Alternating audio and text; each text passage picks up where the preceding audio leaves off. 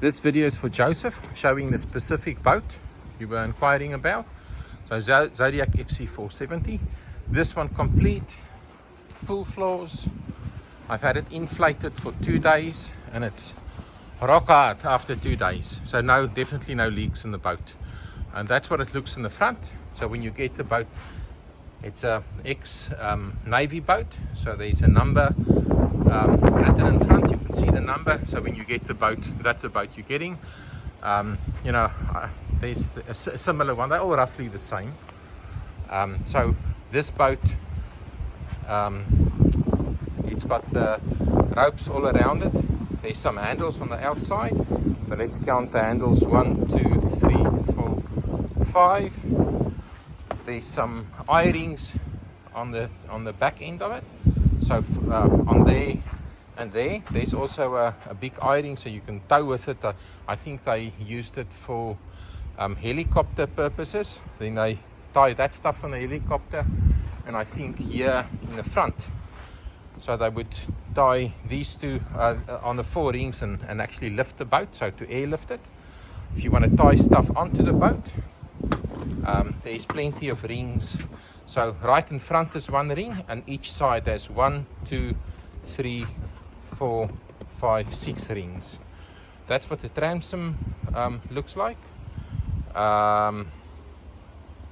There's 4 chambers, plus at the front there's a keel part as well. And then at the back of the boat, you'll see there's high riders. So the high riders look like that. So the high riders mean if you lift or if you pump up the boat, it actually lifts the bottom of the boat out the water, and it sits on top of the high riders. So those pipes there go from the pontoon to the high rider, and that will lift the boat out the water like a catamaran if you run it on full speed. There's overinflation valves. So what it means, if you over pump the boat, leave it in the sun, it won't pop. That's the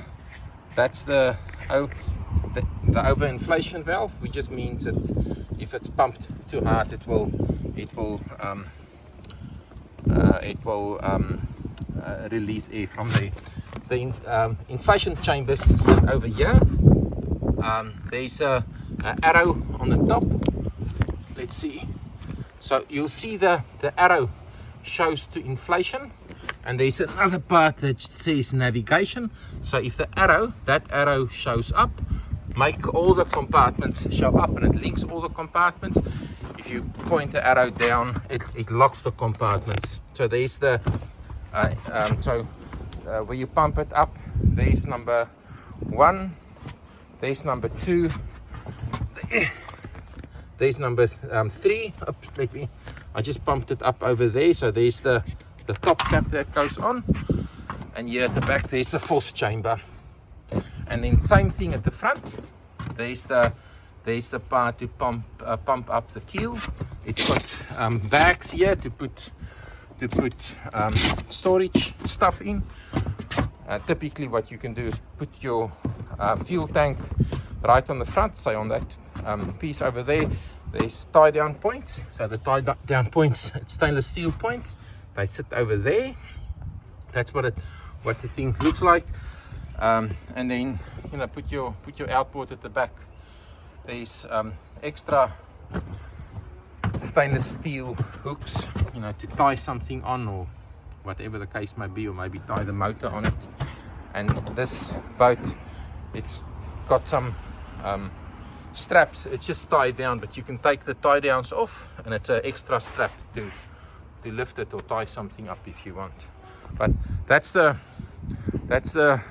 Zodiac FC470 with the floorboards. So that's the actual boat we were talking about. And just for comparison, this is a boat.